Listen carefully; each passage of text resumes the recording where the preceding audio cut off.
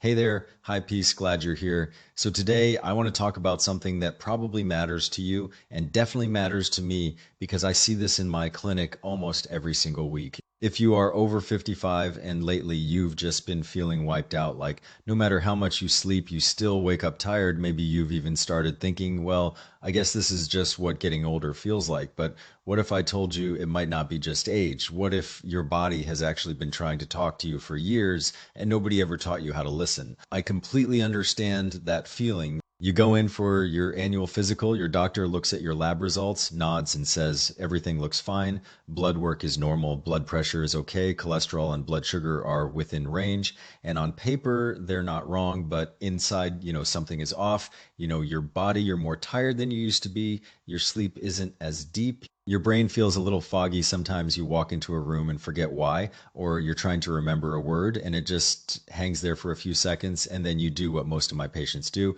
You shrug and tell yourself, well, I guess this is just age better, get used to it. But what if I told you there's one simple piece of information written on that little hospital card the day you were born that could explain so much of what's going on inside your body? Not because you're old, because your blood type comes with a built-in biological code. And chances are no doctor has ever sat down with you, really sat down and explained what that code means for your health. Not in an emergency room crisis, but in everyday life, how you sleep, how you digest food, how your brain holds up under stress. Now, I'm not talking about those oversimplified internet theories that say type O must eat meat and type A must be vegetarian. That's way too crude. That's not real medicine. I'm talking about large scale medical research, studies involving hundreds of thousands of people tracked over decades that show your blood type leaves real measurable biological marks on your body, on how your blood vessels age, on how your brain handles pressure, on how your immune system responds when it's under attack. Today, we're going to walk through each blood type O, A, B, and AB for each one. I'm going to tell you one thing that your doctor probably never mentioned during your 15-minute checkup, not because they're hiding it from you, not because they don't care, but because in a typical clinic visit, you know how it goes. We have maybe 10 to 15 minutes to review your labs, refill your medications, answer your questions, and get you out the door. There's just no time to connect all these dots. But you deserve to have those dots connected, so please stay with me until the end, because behind every blood type letter, O, A, B, or AB, there's one more symbol, A plus or a minus, the RH factor, and that little symbol, which most people never think about, can actually change your personal risk profile in a very real way. In some situations, it can even save a life. I'll explain why at the end. Before we start, quick question for you. What's your blood type, O, A, B, or AB? Go ahead and drop it in the comments section, because knowing your own blood type is going to make everything we talk about today much more personal and much more useful. Type O, the rugged workhorse.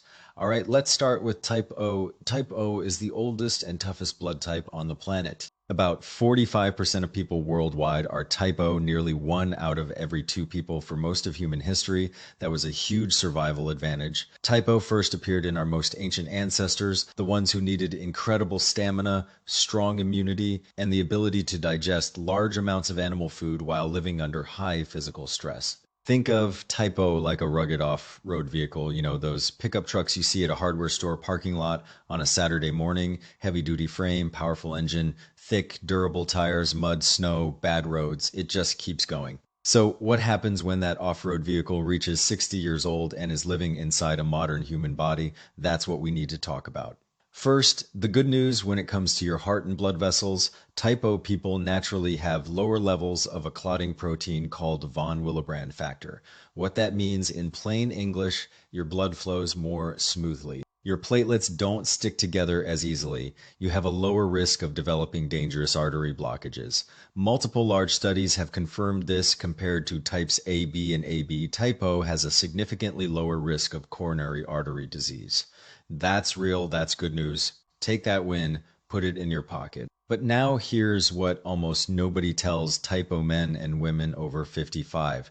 That cardiovascular advantage can actually become a trap, a psychological trap. I see this all the time in my practice. A type O patient in their late 50s or early 60s comes in for a checkup. Their blood pressure is normal, their cholesterol is okay, no family history of heart attacks, and because they feel like they've got this built-in armor around their heart, they start ignoring other things. They push through fatigue, they ignore stomach discomfort, they shrug off joint pain, they don't want to bother the doctor, they think, I'm type O, I'm tough, I'm fine.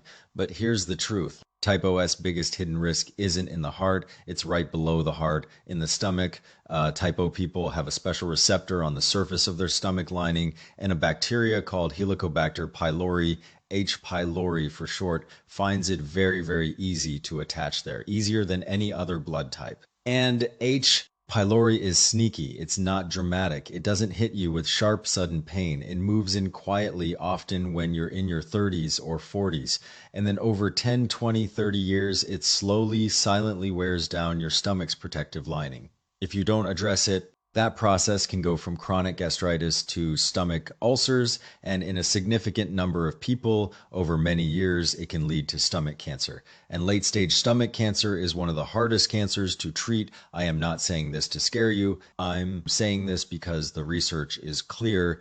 According to medical journal analyses, type O has a 30 to 40% higher risk of duodenal ulcers compared to other blood types, and large studies done specifically in our population because rates of H. pylori are higher here show that type O people have significantly higher infection rates and higher rates of related stomach diseases. Let me put that in perspective. Where we live, the adult H. pylori infection rate is already around 40 to 60%. That's high. Now add type O on top of that, which makes you even more vulnerable. This isn't a small thing. This is something you really need to pay attention to. So if you are type O over 55 and you have never been tested for H. pylori, the most important conversation you have with your doctor this year is this: please test me. How do they test?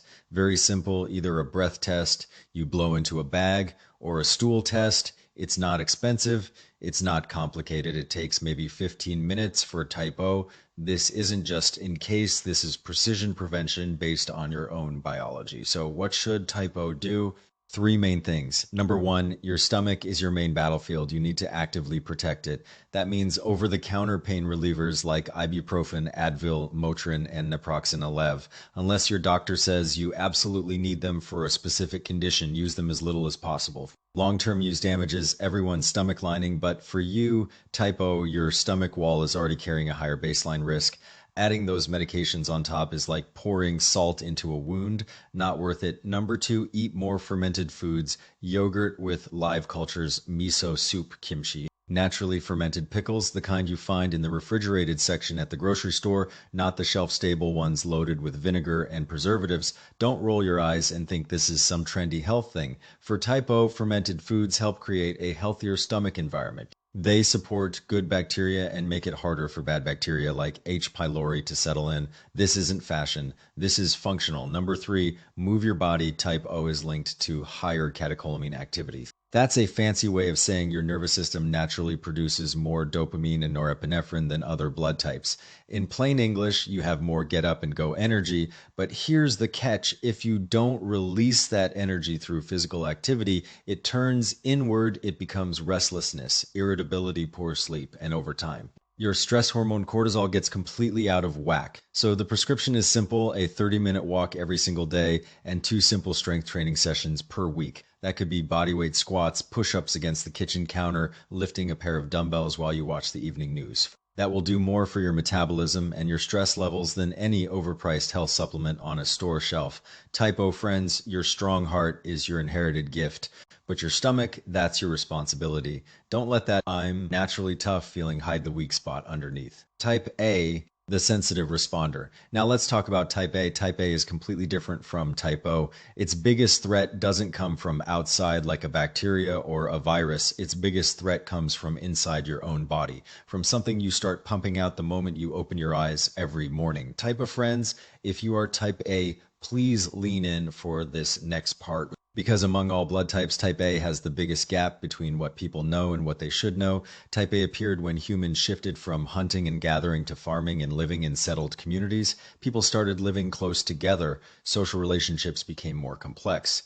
We were exposed to more germs, so our immune system evolved. Type of people have a fast, strong immune response to viruses. When you're young in your 20s, 30s, even into your 40s, that's a great thing. It keeps you from getting sick as often, but here's the problem. That same immune system that protected you when you were younger starts to settle a different kind of bill after age 60. Type of blood has higher clotting activity, stickier platelets, more active clotting proteins. There's a very important study from Harvard that followed 89,500 people for 20 years. That's not a small study. And they found that type A's risk of coronary artery disease is about 5% higher than type O. 5%. That doesn't sound huge, right? You might be thinking 5%, I'll take my chances, but here's what makes that 5% really dangerous for type A.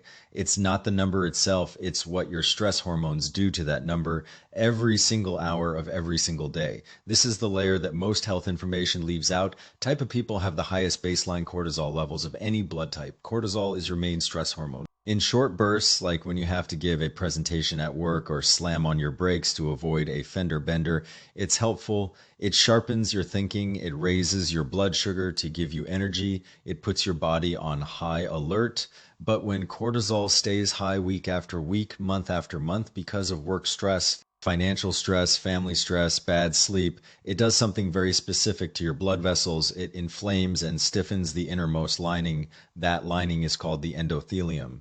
Think of it like the non-stick coating inside a pipe. When it's smooth, everything flows fine. When it gets rough and swollen, stuff starts sticking to it. And what sticks? The platelets that type A already has more of.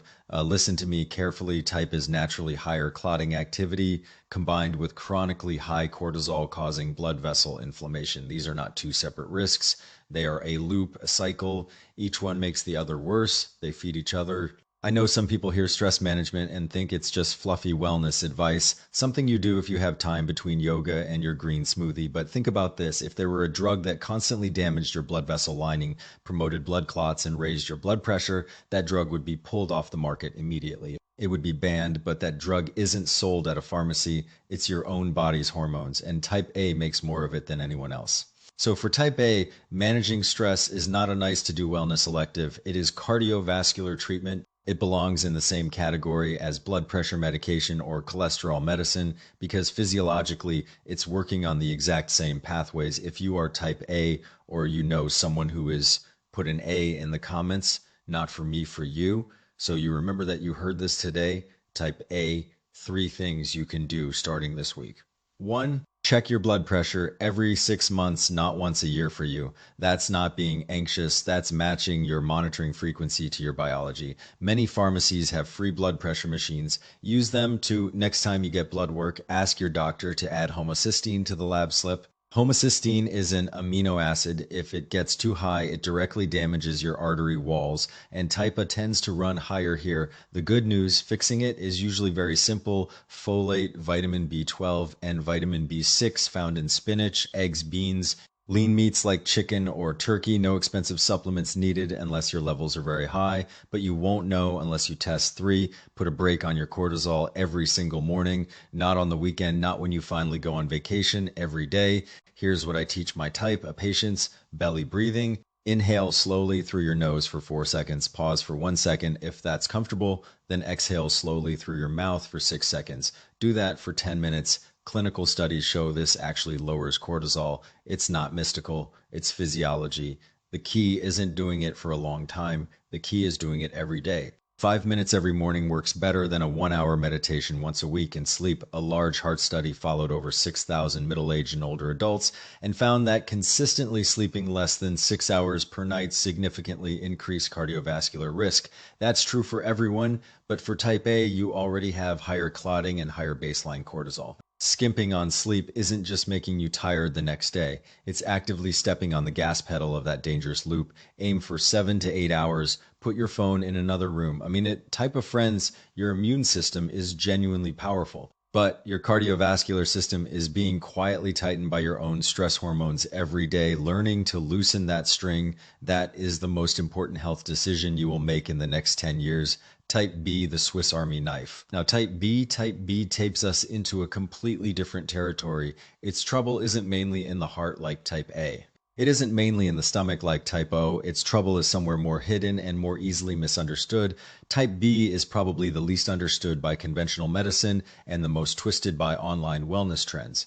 You've seen those articles. Type B should avoid chicken. Type B should eat more dairy. A lot of that is not backed by good science. So let's start with the real story. Type B first appeared in nomadic populations in Central Asia and the Tibetan Plateau, people who spent their whole lives migrating, constantly adapting to new environments, new foods, new germs. Their immune systems evolved something special. Metabolic flexibility, what that means. Type B, people can digest proteins, fats, and carbohydrates efficiently without the same inflammatory spikes that some other blood types get when they change their diet. If type O is that rugged off road vehicle, type B is a Swiss Army knife. It can do almost anything. It adapts to almost any situation, but the Swiss Army knife has one issue. Every tool has to be calibrated just right. If the calibration is off, it doesn't become dull. It cuts you, and that's the core challenge for type B after age 55. Type B has a unique immune signaling pattern. Studies consistently show that type B has a very broad immune response. It can recognize and react to almost any invader. That's usually a good thing, but the price of that flexibility is this. When type B encounters certain modern food triggers, the immune reaction can be stronger and last longer than other blood types. Specifically, we're talking about refined vegetable oils, soybean oil, sunflower oil, the cheap oils used in most processed foods, ultra processed foods, anything that comes in a crinkly bag with a long ingredient list you can't pronounce. High fructose corn syrup found in sodas, cheap salad dressings, many packaged snacks. These things are bad for everyone. No debate there, but for type B, research suggests they are particularly strong triggers for low-grade whole body inflammation. And we're not talking about dramatic inflammation, not the kind that makes you run a fever or sends you to the emergency room. We're talking about low-grade inflammation that runs under the surface. You can't feel it directly, but over years and decades, it slowly tilts your immune system's aim off course. Eventually, your immune system starts having trouble telling the difference between a real invader and your own body's healthy tissues, and that is the path toward what we call autoimmune issues, where your immune system attacks you. Let me be very honest with you here. The science linking blood type to autoimmune disease is still evolving. It's complicated. I will never stand here and say type B automatically gets autoimmune disease. That would be not true and not scientific. But what I can say with confidence is that keeping your body's overall inflammation level as low as possible is currently the most evidence-backed longevity strategy for type B. So if you are type B over 55, and you've been dealing with vague fatigue that doesn't go away, or stiff, achy joints that come and go, or digestive issues that seem to have no clear cause, and you've been telling yourself it's just age, please have an honest conversation with your doctor about autoimmune screening.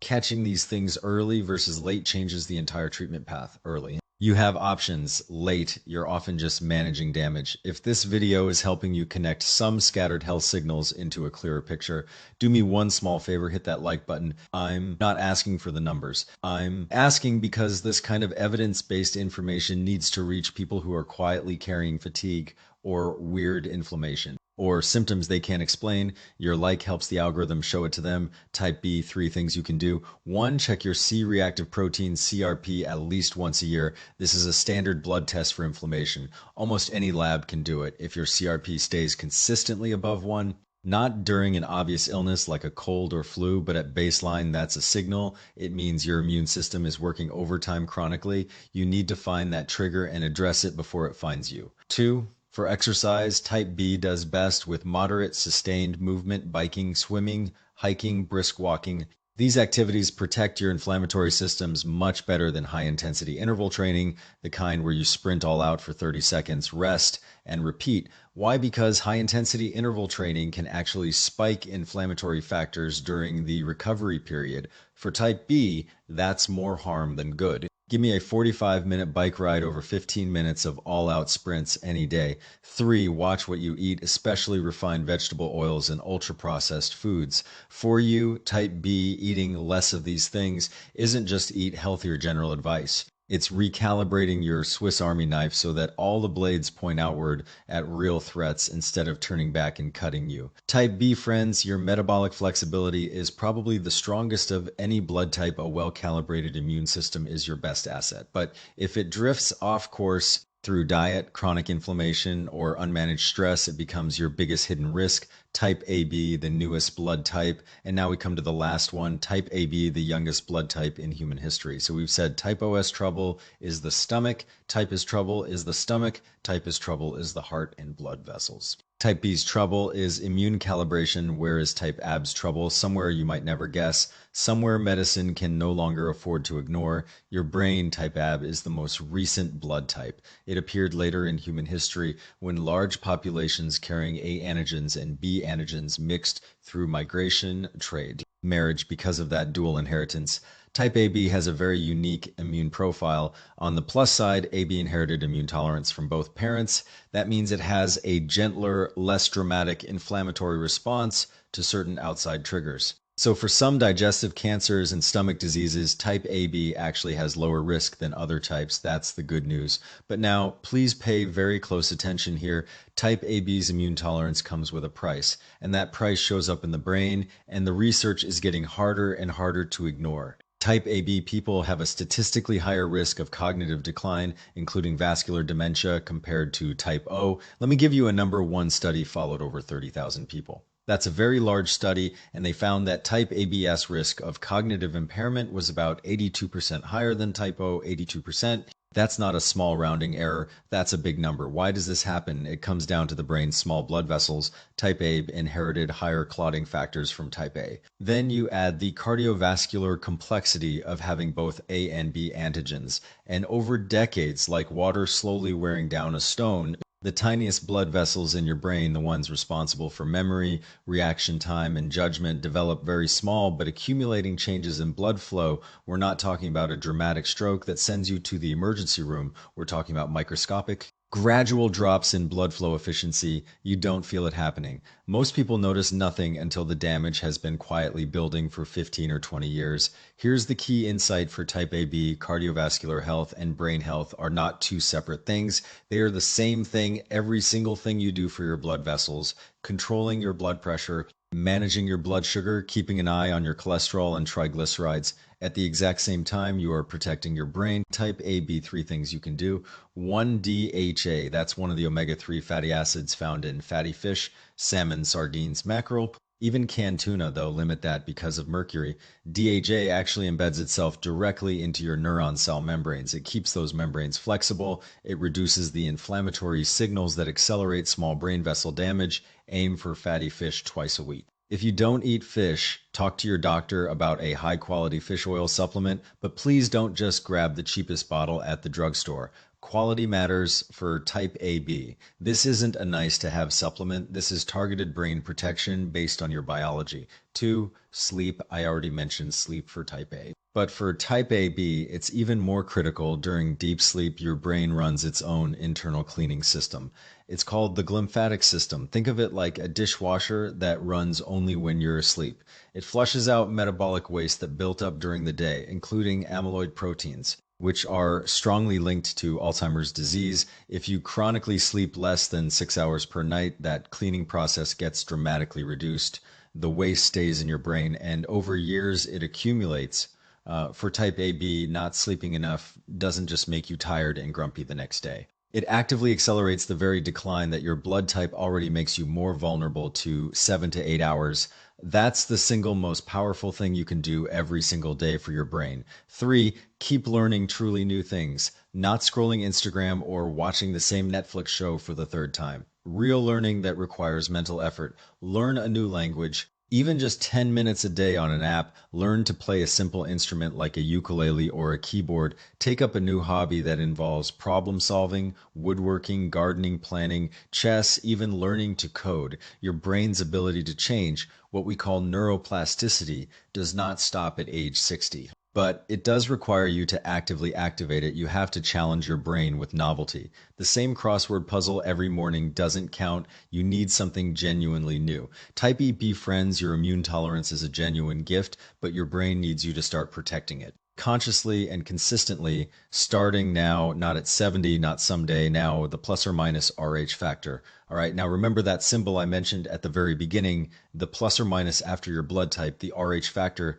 About 85% of people are Rh positive. That means your red blood cells carry the Rh antigen. The other 15% are Rh negative. And that difference matters more than most people realize. People who are Rh negative seem to have slightly different cytokine signaling inside their immune systems. That's the chemical messaging system your immune cells use to talk to each other. Scientists are still actively researching exactly what this means. But early signs suggest that Rh negative people may be more sensitive to certain inflammatory triggers. What does that mean for you practically, no matter what your main blood type is, OAB or AB, if you are Rh negative and you have been dealing with any kind of chronic inflammation? Then all of the anti-inflammatory strategies I talked about today are even more critical for you. You need to be more serious and more consistent about them. The diet changes, the sleep, the stress management, the exercise, it all matters more if you're Rh negative. And special note for Rh negative women, this is very important if you are pregnant right now or planning to become pregnant and your partner or your baby may be Rh positive. You need to discuss this with your Abendin immediately. Rh incompatibility during pregnancy can be managed very well with modern medicine. We have medications that prevent the complications, but it requires advanced planning. You cannot wait until there's a problem, so please know your full blood type, the letter and the plus or minus. Make sure both are clearly written in your medical records, not your destiny, your map. Okay, this next part is the most important part of today's video. This is the part that most blood type information tiptoes around because it's uncomfortable. All of those research findings I just shared, they are real. Those risks are documented in peer-reviewed medical literature. Those biological mechanisms are meaningful. But let me tell you something directly. They are not your destiny. I have personally seen type AB patients in their mid-70s who are sharper, quicker with a joke, faster with a memory than people 15 years younger. And it wasn't because their genes were magically different. It was because they figured out what their bodies were up against, and then they built their daily lives on facing it, not hiding from it. They sleep 7 to 8 hours a night, not because they have nothing to do,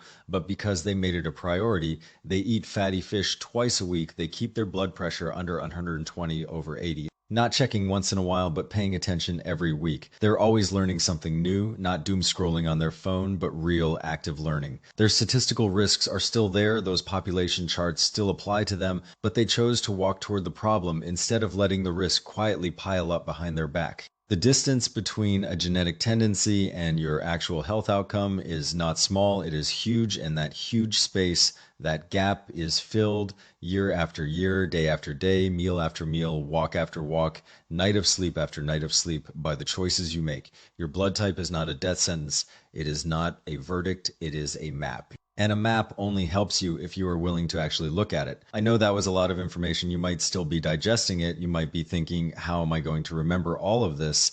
That's okay. You don't have to do everything today. You don't have to change your whole life by tomorrow morning. You just need to do one thing. Stop pretending you don't hear what your body is telling you. You have carried this body for this many years through job changes, family stresses, holidays at your in-laws' house, the whole thing. That body deserves to be truly understood. So tell me in the comments, what is your blood type? Do any of the things I talked about today match what you've been feeling these past few years? I read every single comment. Your feedback tells me exactly what to make next. One more bonus tip for everyone, one last thing, and this applies to every single person watching, no matter your blood type. Next time you get your annual physical, ask your doctor to add fasting insulin to your lab slip. Most routine checkups only look at fasting blood sugar, but fasting insulin is an earlier, more sensitive warning signal for metabolic problems. Here's why. Your insulin can be quietly rising for years while your blood sugar still looks perfectly normal. Think of an iceberg. Blood sugar is the tiny tip that you can see above the water.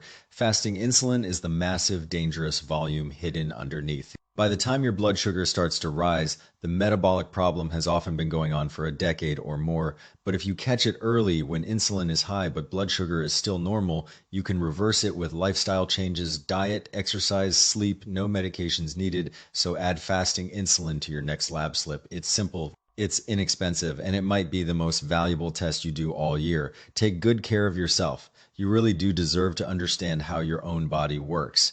This video is for educational purposes only. Always consult your own doctor before making changes to your health routine. If you are dealing with any health concerns, physical or mental, please schedule a visit with your primary care doctor. I am here to help you understand the science, not to replace professional medical advice. See you next time.